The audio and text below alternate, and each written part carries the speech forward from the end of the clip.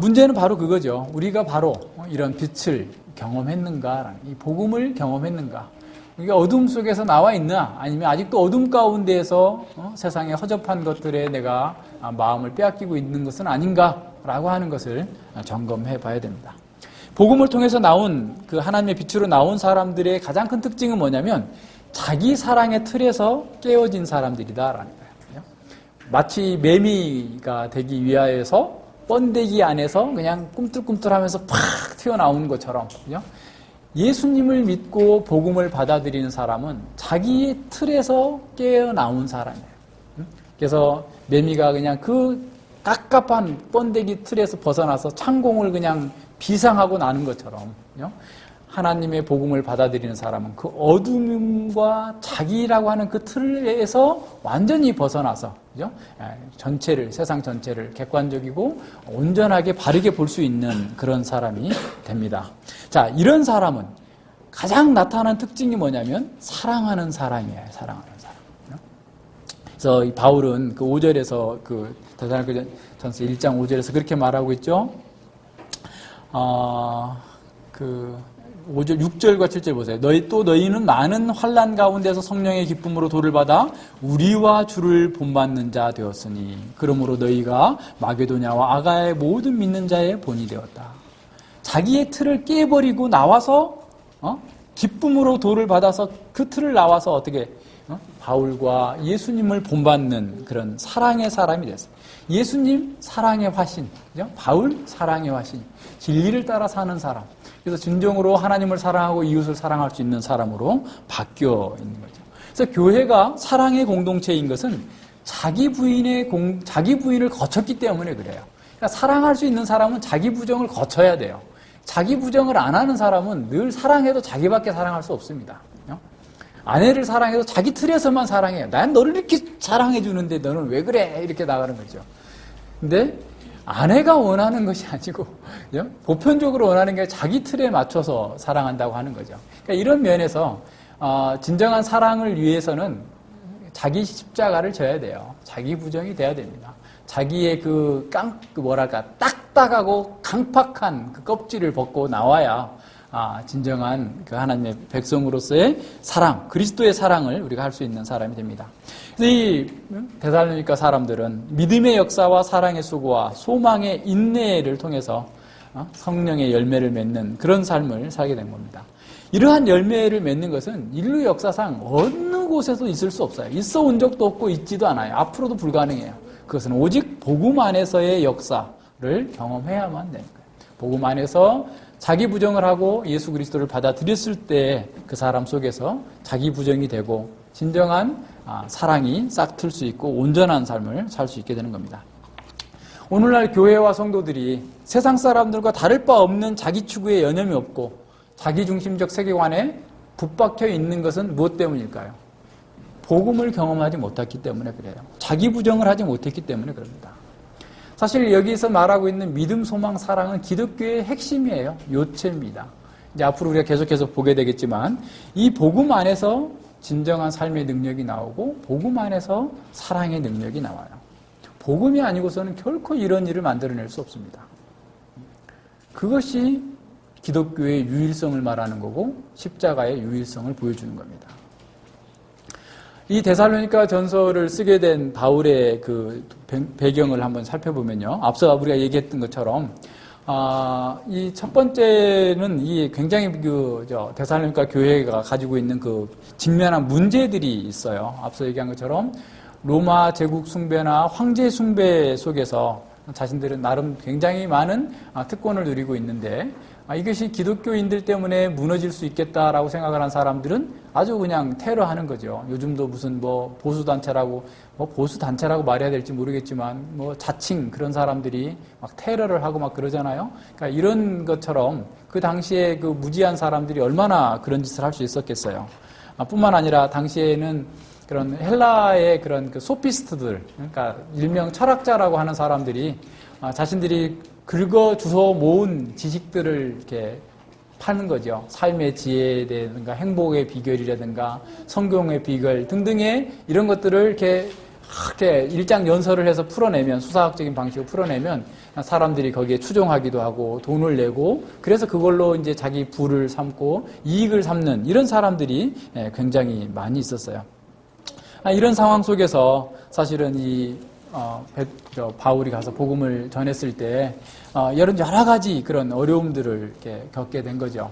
그리고 그 복음이 이제 연약한 그 교회가 그런 세상의 엄청난 물결 속에서, 그런 압박 속에서 견디기가 굉장히 어려운 이런 상황에 처해 있습니다. 그래서 바울은 일부러 데살로니가에서도 그렇게 일을 하면서 그 복음을 전할 수밖에 없었던 이유 중에 하나가 뭐냐면, 자꾸 자기가 돈 벌기 위해서 이렇게 복음을 전하는 것처럼, 그래서 그 당시에 유행하는 그런 그런 개똥 철학자들, 그러니까 소피스트들처럼 돈 벌기 위해서 이렇게 복음을 전한다라고 하는 얘기를 듣지 않기 위해서 자신들과 관련된 그 생활비리들을 이렇게 벌어가면서 한 거예요.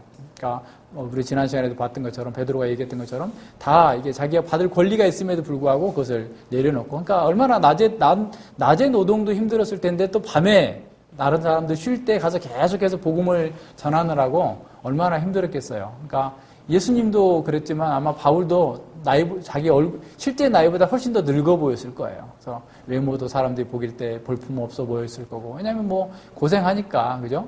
3년 만에 저도 팍 이렇게 늙은 것처럼 이렇게 그거 할 수 있는 거죠. 힘들면 그렇게 가는 거예요. 그러니까 이런 그 바울의 어려운 상황 속에서 사람들에게 진정한 그 문제들을 해결해 주기 위해서 사람들에게 이 편지를 썼는데, 좀 더 구체적으로 이렇게 이 문제들을 좀 살펴보면은요, 이 문제들을 좀 더 살펴보면 데살로니가 전서에서 주어지고 있는 주제들을 우리가 쭉 살필 수 있어요. 그러니까 오늘 첫 시간이니까 그것들을 한번 살펴보면서 보도록 하겠습니다. 앞서 얘기한 것처럼 이 구체적인 가장 큰 문제는 뭐냐면 유대인들의 핍박입니다. 유대인들이 바울이 이 기독교를 전하면서, 복음을 전하면서 유대교에 빌붙어가지고 유대교의 그 아주 자원들을 싹 뽑아가면서, 그죠? 자신들은 그냥 껍데기만 만들어 놓고, 오히려 자신들의 유익을 추한다, 이렇게 생각을 해가지고, 바울을 갖다 어쨌든 간에 반역의 혐의를 씌워가지고, 죽이려고 했고, 뿐만 아니라 바울의 복음 전도를 통해서 복음을 들은 이 교회를 없애버리기 위해서 무척 애를 쓰고 있는 이런 상황을 보게 되는 거죠. 그래서 이런 면에서 가장 중요한 이런 문제, 어떻게 그걸 대처해야 될 것인가라고 하는 거고, 보통 이렇게 압박해서 안 되면 사람들 어떻게 되죠? 비열하게 또 공격을 하잖아요. 그래서 바울은 저 나쁜 놈이야. 실제로는 지가 일하면서 이렇게 한 것처럼 보이지만 다 돈 벌려고 한 거야. 다른 소피스들처럼 다 마찬가지야. 제가 무슨 니네들을 위해서 이렇게 사역한 줄 아느냐? 말도 안 되는 소리 하지 마라. 봐라, 니네들 어려움 겪었는데 도망가가지고 오지도 않지 않느냐? 응? 그러면서 자꾸 이제 이런 식으로 매도하고 있는 것이죠. 자, 이런 상황 속에서 바울은 자신이 그런 사람이 아니다. 내가 정말 너희들과 함께 있을 때 내가 어떻게 살았는지 너희들도 보지 않았느냐? 그러면서 자신에 대해서 변호하는 그런 상황이 있고요. 그래서 그것을 이렇게 유대인들의 어떤 공격. 그래서 유대인들은 될 수 있으면 교회에 지금 이제 참여하고 있는 경건한 이방인이든 또는 일부 유대인들에게, 야, 바울은 믿을 수 없는 놈이야. 그건 족보도 없는 놈이고 말이지. 말도 안 돼. 지가 처음에 우리한테 왔을 때는 가말리엘 문화생이고 어쩌고저쩌고 했다고 했지만, 두고 보니까 그 사람 신학적으로도 문제가 있고, 이렇게 도덕적으로도 온전치 못한 사람이야. 그러니까 걔가 전한 그 복음 가운데서 같이 예배드린다 하지 말고 다시 돌아와. 이렇게 사람들을 회유했을 거예요. 계속해서 그 사람들을 회유하고 있는 이런 상황 속에서 바울은 자신에 대해서 변호하고, 유대인들의 그런 그 어리석음과 무지함과 잘못된 것에 대해서 지적해줘야 될 필요성을 가질 수밖에 없었던 것이죠. 두 번째는 이제 그 데살로니가 교인들이 앞서 얘기한 것처럼 버림받은 그런 느낌을 가진 거예요. 그러니까 정말 이렇게 정치적으로 좀 안정이 되면 바울이 다시 돌아올 줄 알았는데 안 돌아오는 거예요. 안 돌아오니까 이게 정말 우리가 어린아이가 버림받은 것처럼, 그죠? 이런 그 마음을 가질 수밖에 없었던 것이죠. 그래서, 정말 그런 핍박, 또 더군다나 이게 평화시 같으면 괜찮은데, 여러 가지 지금 유대인들로부터 핍박, 또는 그 로마 관원들로부터의 핍박들과 여러 가지 어려움들이 겹겹이 쌓여져 있는 그런 상황 속에서 자신들을 목회하는 목회자가 지금 없는, 지도자가 없는 이런 상황 속에서 바울이 어떻게 보면 야속하게 느껴질 수도 있는 이런 상황인 거죠. 그래서 바울은 이런 상황에서 자신의 사랑과 간절함을 어떻게든 알리고자 한 거예요. 그 데살로니가전서 3장 1절에 보세요. 이게 우리말 번역에는 이게 잘 나타나지는 않았는데요. 이러므로 우리가 참다 못하여 우리만 아덴에 머물기를 좋게 여겨 우리 형제 곧 그리스도의 복음의 하나님의 일꾼인 디모데를 보내노니 이는 너희를 굳게 하려고 너희 믿음에 대하여 위로함으로. 다시 말하면 지금 아테네에 사실은 처음에는 이게 바울이 혼자 왔어요. 그러니까 베레아에서, 그러니까 데살로니가에서 쫓겨나서 베레아로 오죠. 베레아에서 왔는데 베레아에서 또 데살로니가에서 온 유대인들이 또 난리를 치는 거예요. 베레아까지 와가지고. 그래서 베레아에 있는 교회 성도들이 바울을 데리고 아테네로 갔어요. 아테네로 갔는데 거기에 올 때 사실은 실라와 디모데를 거기다 두고 왔어요. 베레아에다가. 그래서 지금 베레아까지 아테네까지 데려다 준 베레아 성도들에게 너희들이 돌아가면 속히 디모데와 실라를 나에게 보내라 해서 아테네에서 디모데와 실라를 만났어요. 그런데 바울은 너무나 지금 이 데살로니가 교회의 안위가 걱정이 되는 거예요. 그래서 다시 그들을 보낸 거예요. 어디로? 데살로니가 교회로 보낸 거예요. 그래서 바울이 지금 혼자 남은 거예요.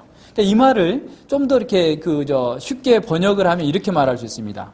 자, 이러므로 우리가 참다 못하여 내가 아덴에 홀로 떨어져 있기를 감수했다. 그런 말이에요. 다시 말하면 바울은 데살로니가 교회가 염려가 되어서 아테네에서 디모데와 실라를 다시 데살로니가를 보내고 정말 자신도 가고 싶었지만 갈 수 없는 그런 상황이었다라는 거예요. 그래서 자신의 동료 사역자들을 모두 다 보내놓고 자신이 혼자 떨어져 있어야만 되는 그런 외로움을 감당했다.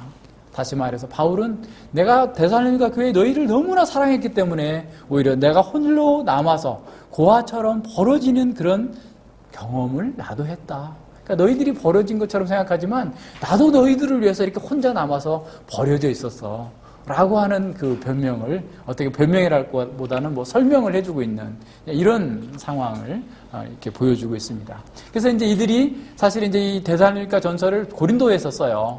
근데 디모데가 가서 이제 돌아와가지고 데살로니가 교회의 상황을 얘기해 줍니다.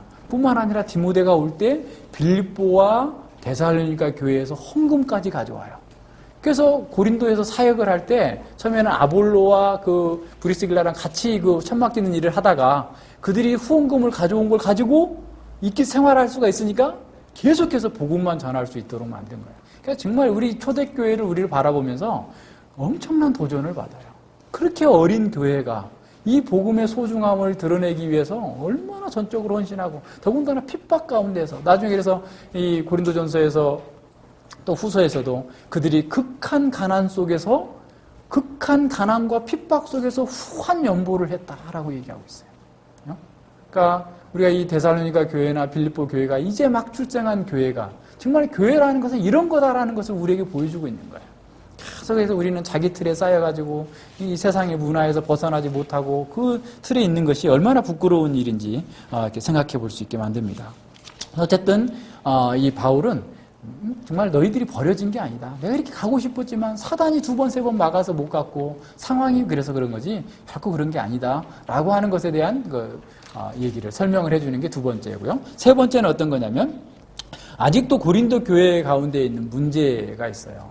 그러니까 이 데살로니가 교회는 데살로니가 교회의 그 상황 자체가 아예 음란한 문화, 그러니까 음란한 것 자체가 간음이고 뭐 이런 것들이 그냥 죄라고 여겨지지도 않고 부끄럽게도 여겨지지 않는 그런 상황 속에 믿는 어린 신자들이 여전히 그러한 행태를 버리지 못했다는 사실을 디모데를 통해서 듣게 돼요. 그래서 그것에 대해서 교정해 주는 거죠. 그래서 이 간음의 문제, 음행의 문제뿐만 아니라 우리가 세상과 어떠한 그 상태로 살아야 될지에 대해서 원리를 제시해 주면서 거룩한 삶의 문제들을 풀어주는 방식으로 그 문제를 해결해 주는 것이 지금 이 4장에 나오는 그런 바울의 내용들입니다. 그리고 그 이후에 네 번째 문제는 어떤 거냐면 종말에 대한 과도한 집착이 있어요.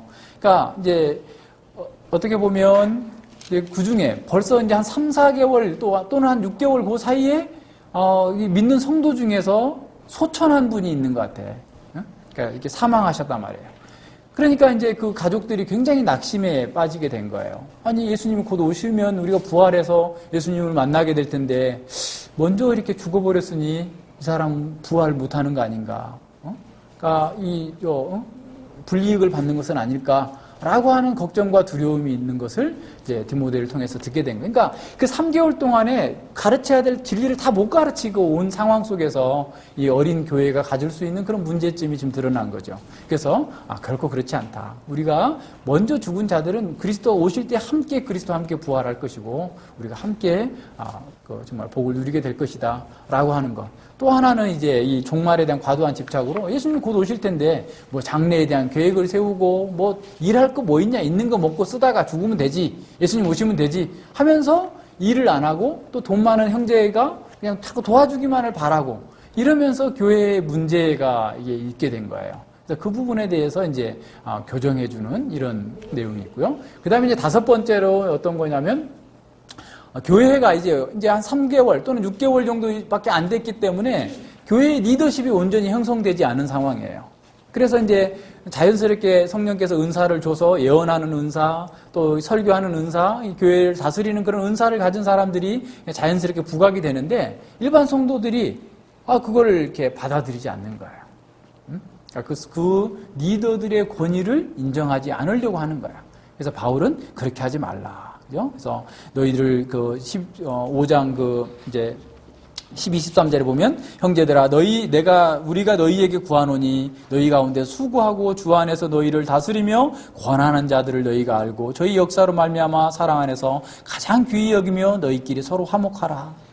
그래서 이렇게 서로의 리더십을 인정해주고 거기 가운데에서 질서 있게 교회적 삶을 살라라고 하는 것을 이렇게 보여주고 있습니다. 이러한 5가지 문제 정도를 이 데살로니가 전서 전체에서 아주 아름답게 다뤄주고 있어요. 그러니까 원리와 실제를 잘 이렇게 결합해서 가르쳐주고 있습니다.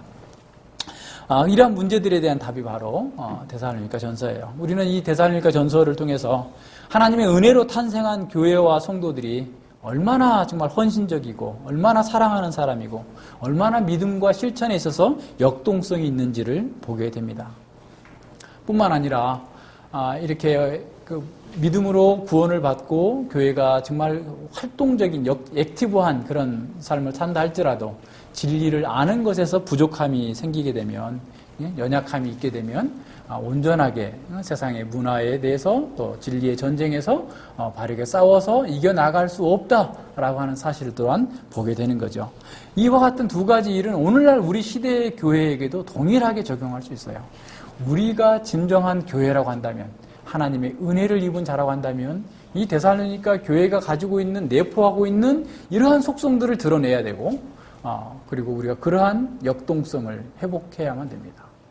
그러니까 하나의 지식의 문제가 아니라 삶의 문제고 헌신의 문제인 거죠. 2번째는 데살로니가 교회가 경험했던 지식이 약해서 또 세상의 그 거대한 물결 속에서 대응하지 못했던 것이 또한 우리 상황 속에서도 여전히 그와 같은 일들이 벌어지고 있어요. 우리가 진리를 안다고 하지만 너무나 이렇게 부족하게 알고 있고, 진리는 또 어떻게 보면 지식적으로는 알지만 그 지식이 우리의 정서와 우리의 의지를 변화시키지 못해서 우리가 여전히 데살로니가 교회의 성도들처럼 세상의 방식의 삶을 고집하면서 교회 내에 문제를 일으킬 수 있는 이런 상황들이 여전히 우리에게 있다라는 겁니다. 그래서 우리는 우리 시대에 우리 문화 속에 직면한 도전들을 우리 교회가, 우리 공동체가 어떻게 하나님의 방식으로 대처해야 될지를 이 데살로니가 전서를 통해서 우리가 배울 수 있게 되는 것이죠. 그래서 교회를 세우신 그 하나님의 거룩한 뜻이 우리 가운데서 더 분명하게 나타나고 구현될 수 있도록 우리가 더 헌신해야 된다라는 겁니다. 교회가 각종 도전과 문제들에 직면해 있을 때 해야 할 그 첫 번째 일은 자신의 정체성을 확인하는 것입니다. 이는 우리 각자 개인에게 있어서도 그 문제를 해결하는 방식은 동일합니다. 내가 누구인지를 아는 것에서 내가 그 문제를 어떻게 풀 것인가에 대한 대책이 나오게 되는 것이죠. 사도 바울은 이 교회의 정체성을 이렇게 말씀합니다. 하나님 아버지와 주 예수 그리스도 안에 있는 데살로니가인의 교회라고 그랬어요. 그러니까 교회는 겉으로 볼 때 그냥 데살로니가 지역에 있는 것처럼 보이지만 실제로 그의 영적인 소속은 하나님 안에, 그리스도 안에 있다라는 것입니다. 교회가 하나님 아버지와 그리스도 안에 있다라는 것은 우리가 어떤 스포츠 클럽에 가입하거나 어떤 동호회에 가입하거나 어떤 모임에 가입하는 회원으로 가입하는 그런 멤버십을 갖는다라는 그런 의미 정도가 아닙니다. 교회가 그리스도 안에 있다라는 것은 그리스도의 일부가 된다라는 것을 의미하는 거예요. 하나님의 일부가 된다라는 겁니다. 이는 그리스도와 교회 또 우리 그리스도인 스스로의 관계 속에 다 적용할 수 있어요. 그리스도의 몸으로 표현된 이 교회는 통일성과 다양성 가운데에서 진정한 조화를 이루는 질서 있는 그런 공동체여야 되는 거죠.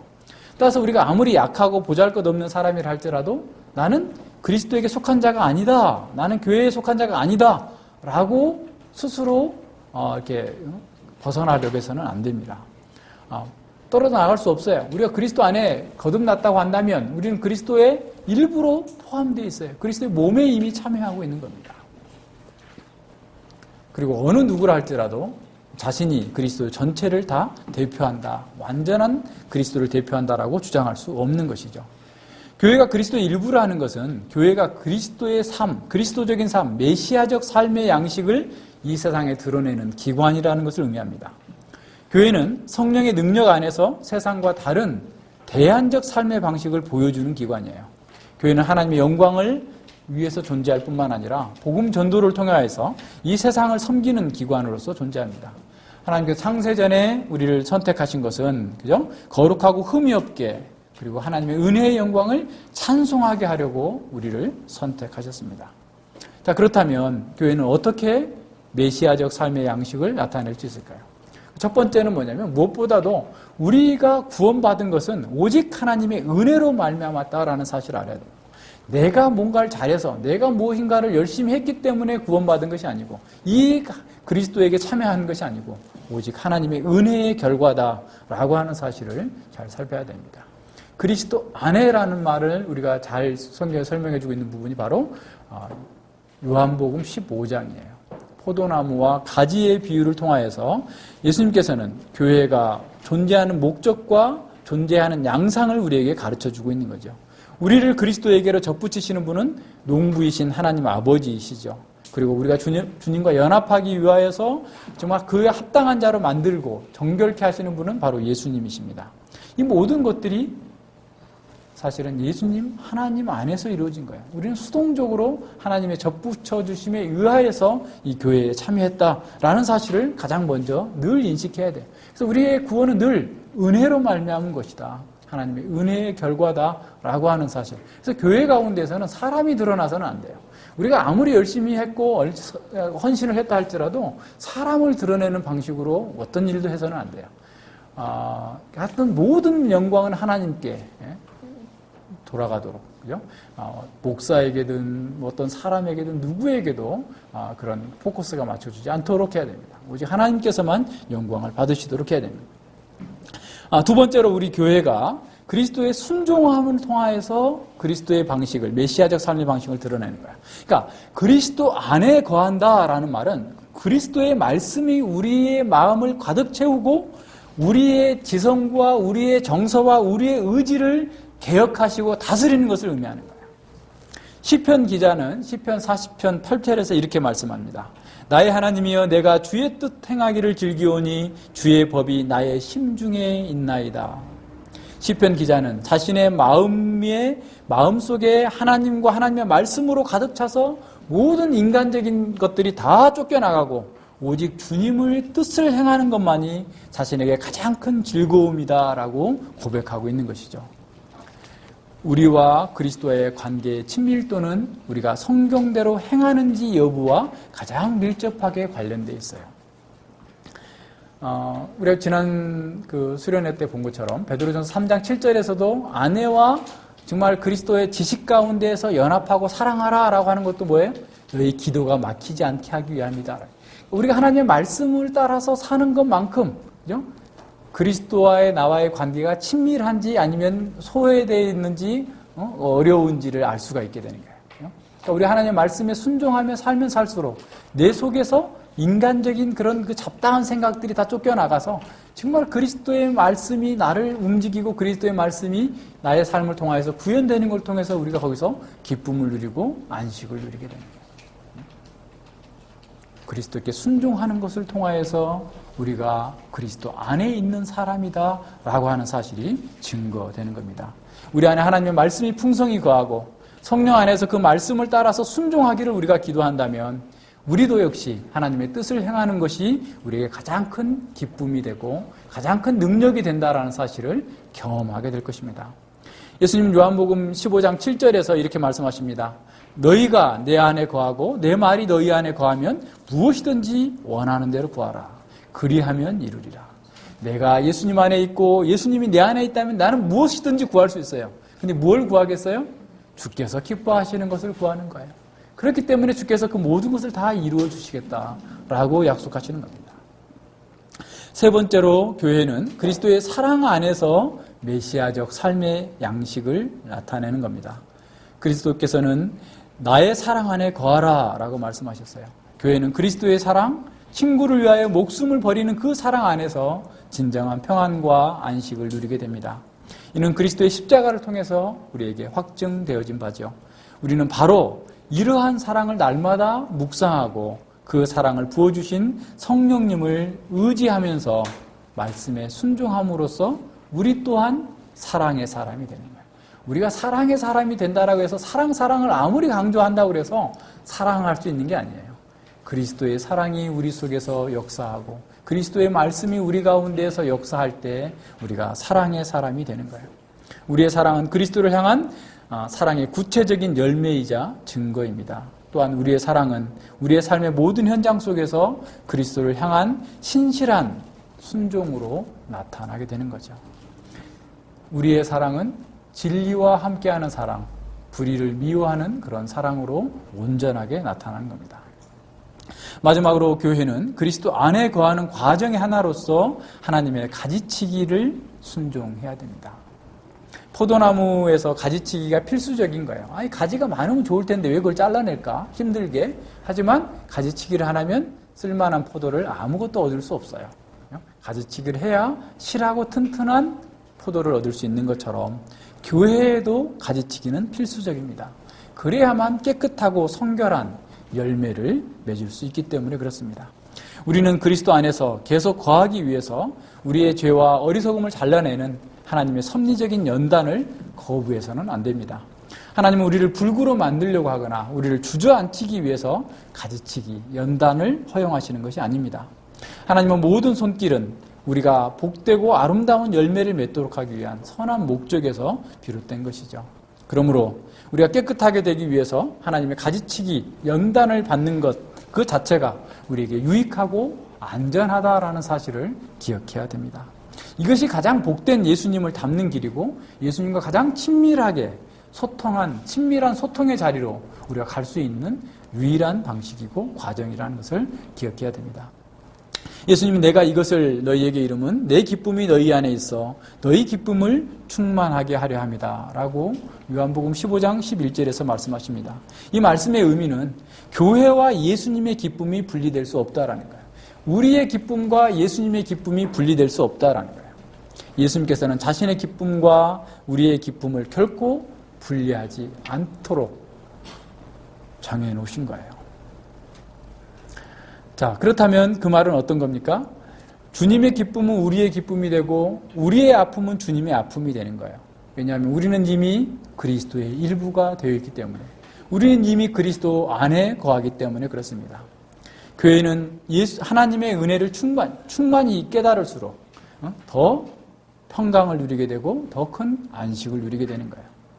우리는 하나님 아버지와 주 예수 그리스도 안에 있는 교회입니다. 이것이 얼마나 복되고 영광스러운 특권입니까? 그렇다면 우리는 어떤 상황 속에서도 우울해져서는 안 돼요. 우리는 어떤 상황 속에서도 좌절해서는 안 돼요. 우리는 어떤 상황에서도 기뻐할 수 있고 평강을 누려야 되는 사람입니다. 이것을 우리는 늘 우리 자신에게 상기시켜야 됩니다. 그리고 그리스도의 일부로 그리스도의 몸된 교회로 세상 가운데에서 담대하게 거해요. 현우가 학교에 있을 때에도 그리스도의 몸으로 있는 거예요. 그리스도의 일부로 있는 거예요. 현우를 건드리는 자는 그리스도를 건드리는 거예요. 우리는 그러한 자부심과 담대한 특권을 가지고 나아가서 하나님의 영광을 위해서 살아갈 수 있기를 바랍니다. 기도하겠습니다. 하나님 아버지 감사를 드립니다. 주께서 이렇게 복된 말씀으로 저희를 격려해 주시고 우리가 그리스도 안에 있고 그리스도의 일부가 되었다는 사실을 깨닫게 하여 주시니 진실로 감사를 드립니다. 우리가 이러한 특권과 영광을 누리기까지 하나님께서 우리를 위하여서 그 버리신 희생과 사랑이 얼마나 크고 놀라운지를 저희가 날마다 묵상하는 가운데 저희가 예수님을 닮고 하나님의 영광을 나타내는 그런 복된 자리로 날마다 성장해 갈 수 있도록 함께하여 주시옵소서. 주께서 우리를 그리스도 안에 두셨사오니 우리가 그리스도 안에 있는 자다운 삶의 양식을 이 세상 가운데서 잘 드러내며 주의 영광 가운데에서 전진해 나아갈 수 있도록 함께하여 주시옵소서. 감사드리며 예수님 이름으로 기도드립니다. 아멘.